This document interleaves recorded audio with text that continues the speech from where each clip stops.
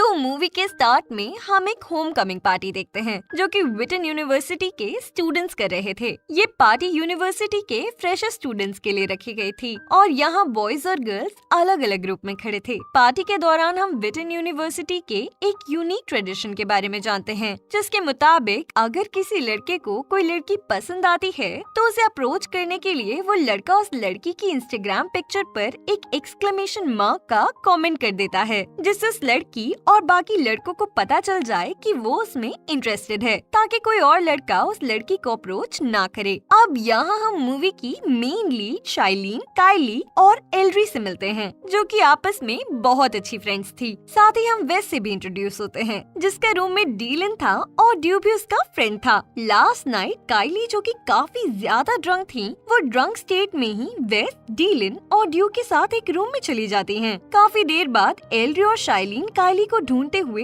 Room में आते हैं और यहाँ आकर वो काइली को बेहोश पड़ा हुआ देखते हैं। एल्ड्री इस बात से बहुत परेशान हो जाती है कि काइली इन तीनों लड़कों के साथ यहाँ कैसे और क्यों आ गई। ये दोनों जल्दी से काइली को अपने रूम में ले जाती हैं और एल्ड्री वेस को टेक्स्ट करके पूछती हैं कि वो लोग काइली को उस रूम में क्यों लेकर गए थे, पर वेस इस टेक्स्ट का कोई रिप्लाई नहीं करता। नेक्स्ट मॉर्निंग एल्ड्री इंस्टाग्राम चेक कर रही थी कि तभी वो देखती हैं कि काइली की एक इंस्टाग्राम पिक पर वेस ने एक्सक्लेमेशन मार्क छोड़ रखा था। इतने में ही शाइलीन वहाँ आती हैं और वो एल्ड्री को बताती हैं कि काइली ने उसे बताया है कि उसे ऐसा फील हो रहा है कि कल रात उसके साथ कुछ गलत हुआ था। ये सुनकर एल्ड्री और भी ज्यादा परेशान हो जाती हैं और अपने भाई वेस से इसके बारे में बात करने जाती हैं, लेकिन वेस का बिहेवियर काफी ज्यादा चेंज हो गया था और वो एल्ड्री को कुछ भी बताने से कतरा रहा था। एल्ड्री उस पर गुस्सा हो जाती है और वेस यहाँ से स्विमिंग ट्रेनिंग का बहाना देकर निकल जाता है। वहीं दूसरी तरफ शाइलीन काइली से लास्ट नाइट के बारे में बात करके पता लगाने की कोशिश कर रही थी,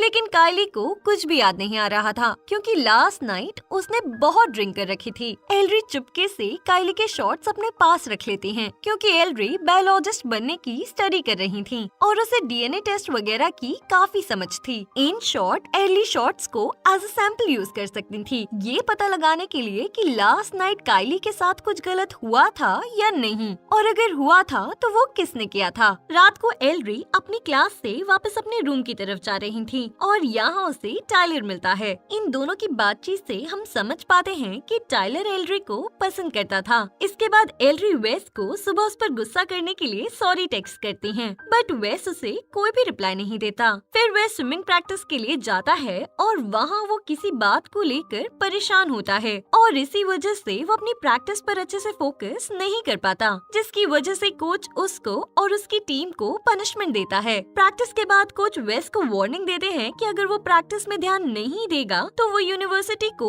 ओलंपिक मेडल प्रेजेंट नहीं कर पाएगा। नेक्स्ट सीन में हम काइली को देखते हैं, जिसे क्लास में बैठे हुए उस रात की कुछ बातें याद आने लगती हैं और वो इससे काफी ज्यादा परेशान नजर आती हैं। दूसरी तरफ हम एल्ड्री को देखते हैं जो कि चोरी छुपे बायोलॉजी लैब में काइली के शॉट्स का डीएनए टेस्ट कर रही थी और यहाँ से सीन शिफ्ट होकर वेस, डीलन और ड्यू पर फोकस करता है। डीलन और ड्यू यहाँ पार्टी कर रहे थे, लेकिन वेस पार्टी ज्वाइन नहीं करता क्योंकि उसका मूड काफी खराब था। फिर वेस अपने रूम में चला जाता है और थोड़ी देर बाद पार्टी भी खत्म हो जाती है। वेस नहाने जाने से पहले सारे टेक्स्ट मैसेजेस को देखता है और उन सब का रिप्लाई देकर नहाने चला जाता है। थोड़ी देर बाद नहाकर वापस आने पर वेस रियलाइज करता है कि घर से बाहर जाने की सभी पॉसिबल एग्जिट डोर्स लॉक थे और इसी बीच वो सीढ़ियों पर एक मास्क मैन को देखता है जो कि उसकी तरफ आ रहा था। ये मास्क मैन वेस को एक ड्रिल मशीन से मारकर उसकी डेड बॉडी को डोर पर लटका देता है। कुछ समय बाद डीलन वापस आता है और वो भी नोटिस करता है कि घर के सभी दरवाजे लॉक्ड थे। घर के पीछे से ड्यू भी यहाँ आता है और दोनों मिलकर किसी न किसी तरह से घर के अंदर आ जाते हैं। घर के अंदर आते ही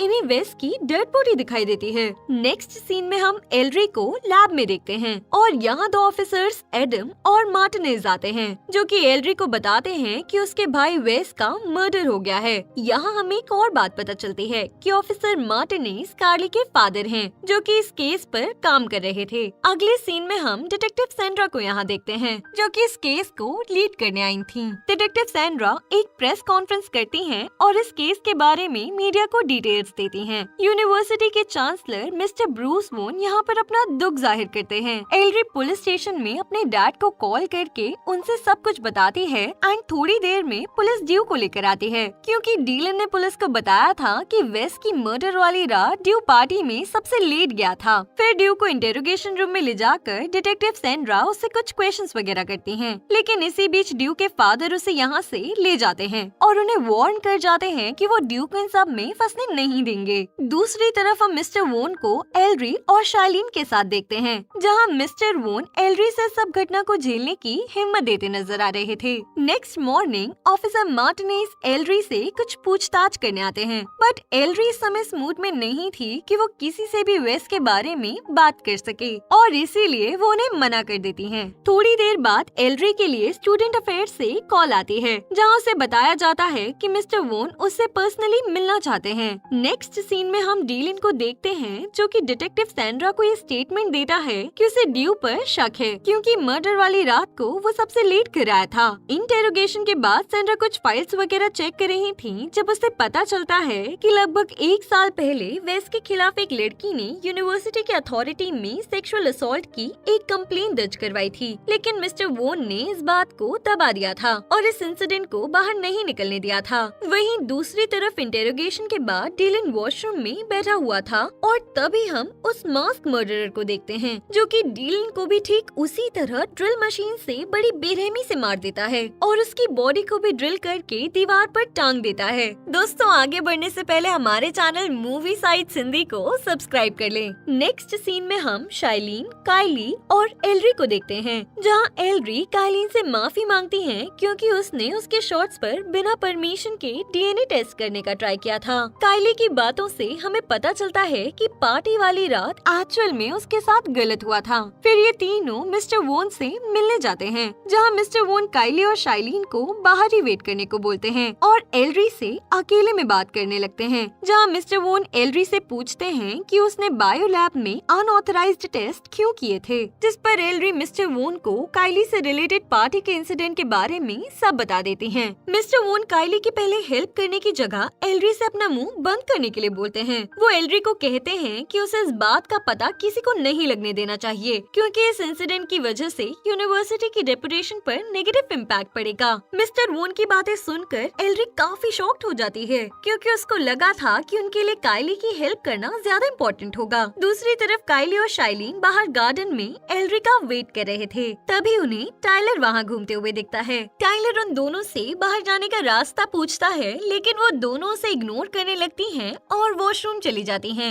यहाँ वॉशरूम में वो दोनों नोटिस करती हैं कि वाईफाई अचानक ही बंद हो गया था और उन्हें फोन्स में नेटवर्क भी नहीं आ रहा था। थोड़ी देर यहाँ पर वेट करने के बाद काइली डिसाइड करती है कि वो लोग यहाँ से जल्दी निकल जाएंगे और इसीलिए वो एल्ड्री को लेने चली जाती हैं। काइली एल्ड्री को लेकर यहाँ से निकलने लगती हैं और वो दोनों शाइलिन के पास जाने लगते हैं। दूसरी तरफ हम ड्यू को अपने रूम में देखते हैं और वो मर्डरर ड्यू को भी जान से मार डालता है। यहाँ से सीन टाइलर पे फोकस करता है, जो कि मिस्टर वोन के पास था और यहाँ टाइलर मिस्टर वोन को बताता है कि इस एरिया के सभी एग्जिट डोर्स को लॉक कर दिया गया है। वो दोनों डोर के पास ही खड़े थे कि तभी वहाँ मास्क मैन आकर मिस्टर वोन पर अटैक कर देता है। मास्क मैन मिस्टर वोन को ड्रिल से मार देता है और टाइलर को पीट पीट कर बेहोश कर देता है। काइली और एल्ड्री ये सब देख लेती हैं और यहाँ से भागकर एक रूम में छुप जाती हैं, जिसकी विंडो से वो शाइलिन को गार्डन में बैठा हुआ देखती हैं। एल्ड्री शाइलिन को टेक्स्ट करके वार्न करती हैं, लेकिन नेटवर्क ना होने की वजह से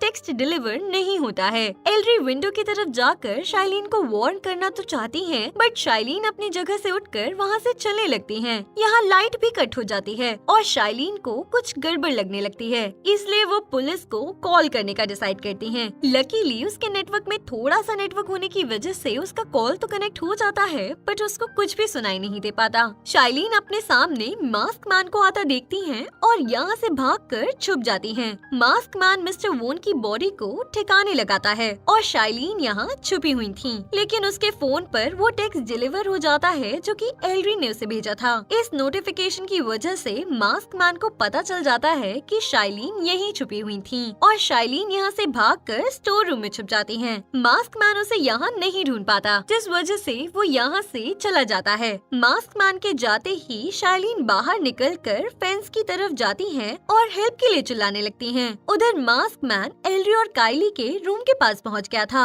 और एल्ड्री काइली को छुपाकर खुद उस मास्क मैन से लड़ने का डिसाइड करती है। मास्क मैन के एंटर करते ही एल्ड्री उस पर अटैक करके यहाँ से भागती है और मास्क मैन उसके पीछे आता है और एल्ड्री को पकड़कर उसे बताता है कि वो उस पर अटैक नहीं कर रहा था और उसे शांत हो जाना चाहिए। इसी बीच काइली यहाँ एक नाइफ के साथ आती है और उस मास्क मैन के गले पर अटैक कर देती है। अब इस पॉइंट पर वो मास्क मैन अपना मास्क हटाता है तो हम देख पाते हैं कि वो मास्क मैन कोई और नहीं बल्कि काइली के फादर ऑफिसर मार्टिनेज थे। जी हाँ दोस्तों, इसके बाद हम मूवी के कुछ सीन्स देखते हैं जिससे हमें पता चलता है कि काइली ने अपने फादर मार्टिनेज को अपने साथ हुई हर बात को बता दिया था और वो जान गए थे कि वेस ने और उसके दोस्तों ने काइली के साथ क्या किया है, इसीलिए उन्होंने एक एक करके सबको मार दिया। और जब इन्वेस्टिगेशन से उन्हें पता चला कि मिस्टर वोन ने पहले भी एक लड़की के साथ हुए सेक्सुअल असॉल्ट की बात को छुपाया था तो वो उसे भी मारने का डिसाइड करते हैं। इसीलिए काइली के फादर ने हर उस इंसान को मार दिया था जिसने काइली के साथ गलत किया था। इसके बाद थोड़ी देर बाद पुलिस यहाँ आती है और तीनों लड़कियों को अपने साथ ले जाती है और मार्टिनेज को हॉस्पिटल भेज दिया जाता है। यहाँ पुलिस कस्टडी में एल्ड्री को पता चलता है कि मार्टिनेज तो सही सलामत है और पुलिस ने अभी भी उसे मर्डर्स के लिए अरेस्ट नहीं किया है और इसे देखकर वो शॉक्ड रह जाती हैं और मूवी यहीं पर खत्म हो जाती है। Thanks for watching.